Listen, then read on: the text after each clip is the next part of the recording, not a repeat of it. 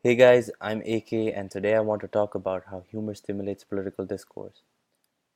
Since the millennium, the world has changed. With fast-paced technological advancements, the mass media's reach to the public is at an all-time maximum. Overall, 84% of US households own a computer, and 73% of US households have a computer with a broadband connection to the internet. A poll released by Pew Research Center suggested that people aged 18 to 29 claim that they have learned just as much about the 2008 US presidential election campaign from skits from shows like Saturday Night Live and The Daily Show as they did from regular news channels like CBS and ABC. We may view political satire shows as comedic intrigue, but their impact is much greater than that. With reaching out to a large audience not only here in the States but across the world thanks to the internet, these political satire shows have the ability to shape and influence public opinion while providing a platform for political exploration.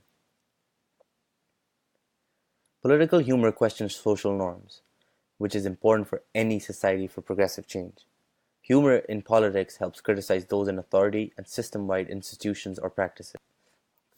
What satirical news shows offer is a break from conventional news-telling methods like hourly headlines on news channels. They found a way to make discussion about matters like international policy and yield bonds more interesting for the common public.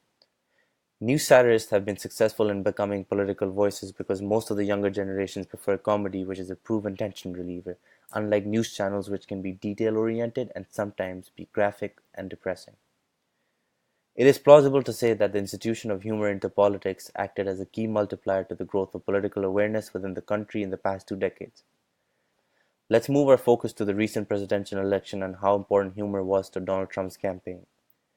By 2016, the divide between the Democrats and Republicans had reached its peak, creating a call for change in the way the country was being run by the Democrats.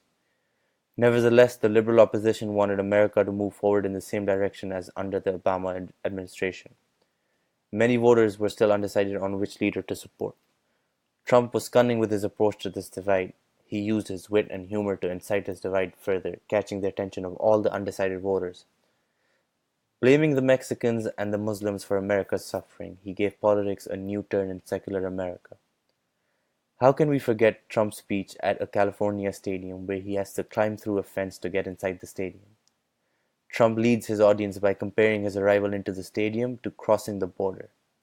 His darkly satirical portrayal draws its humor from the absurd image of Trump the billionaire in the role of a border-crossing illegal immigrant. What drove Trump's campaign was his ability to make a spectacle out of himself. What is it about Trump's political movements that allowed him to be humorous yet serious enough to win a presidential election? An important feature of these elections were Trump's use of comedic gestures to grab attention of his audience. Body language is a widely circulated language ideology in America. The idea that the body is thought to speak its own truth beyond the ephemerality of words. Many critics branded his gestures as truth of discriminatory attitudes that exist beyond the comedic act. But to his supporters, he was a leader who wasn't holding back on his opinions to meet censorship idols of political correctness. An example of this was when Trump called Mexico candy grabbers for losing jobs due to outsourcing while pulling his fingers towards his palm. By using such bodily gestures, Trump registered a critique of Mexico who seemed to be profiting through the outsourcing. His gestures materialized an issue and a moral position that preceded political correctness. However absurd his opinions and actions were, they helped him stay trending on mass media and turned political discourse into reality TV, as described by linguist Jennifer Sclafani. The president-elect's gestures help him keep his persona of a spontaneous and real leader who tells it as he sees it. Whereas Hillary's reputation with the public was declining sharply, Trump made it impossible for his critics and supporters not to react to his comedic gestures and once again found himself under the blaring spotlight. A study showed that out of all the voters, Republicans showed greater interest in the politics of the country. We can deduce that Trump's popularity was directly or indirectly increasing in the country. All the criticism from news satire shows added to the amount of TV and media coverage Trump was getting. Calling for America to build a wall to fence out the Mexicans or calling third world nations